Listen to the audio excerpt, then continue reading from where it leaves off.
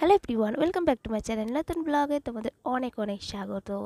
আর আজকে বেরিয়ে পড়েছি আবারও হাটে। প্রত্যেক সপ্তাহে বুধবার করে আমার হাট থাকে, মানে হাতে কিছু জিনিসপত্র বিক্রি করি, তোমরা জানোই। তো বুধবারের ফুটেজটা আজকে পেয়েছি, তাই আজকে দিতে পারলাম। তো যাই হোক, এখন বেরিয়ে পড়েছি। আর যেহেতু হাট থাকে, সেই কারণে হাটের জন্য একটু তাড়াতাড়ি খাওয়া দাওয়া করে নিই, ওই দিনকে বেরিয়ে পড়ি টোটো করে। তো হাটে এসে আমার তো মাথায় হাত, কারণ একটু মেঘলা মেঘলা ওয়েদার ছিল। আমি তো ভাবলাম যে আসবো না, কিন্তু শেষমেশ বেরিয়ে পড়লাম। কিন্তু এসে দেখছি এ কি, আমি যা ভেবেছি সবাই কিন্তু তাই ভেবেছে। সম্পূর্ণ হাটই ফাঁকা, আমি সমেত ৩ জন মহিলা এসেছে। মানে এই হাটটা প্রধানত মহিলাদের জন্যই বানানো হয়েছে, মহিলারাই বসতে পারবে।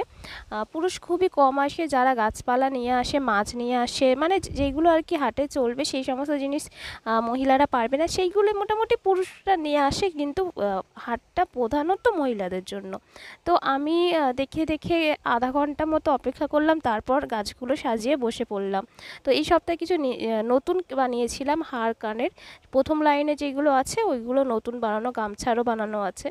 তো অনেকক্ষণ অপেক্ষা করছিলাম যে সত্যি কি কেউ আসবে না। আর আমাকে যেই সাইডে দিয়েছিল একেবারে রাস্তার দিকটায়, আর ওই দিকটায় না একদম লোকজনের ভিড় হয় না। সেই কারণে আজকে কি করেছি, যেই এরকম ফাঁকা ফাঁকা ছিল প্রথমের দিকে, তারপর আমি যখন লোকজন হয়েছে তখন স্যারদের কাছে চলে গেছি, গিয়ে আবদার করতে যে স্যার আমার ওখানটায় একদমই লোক যায় না, খুবই অসুবিধা হয়।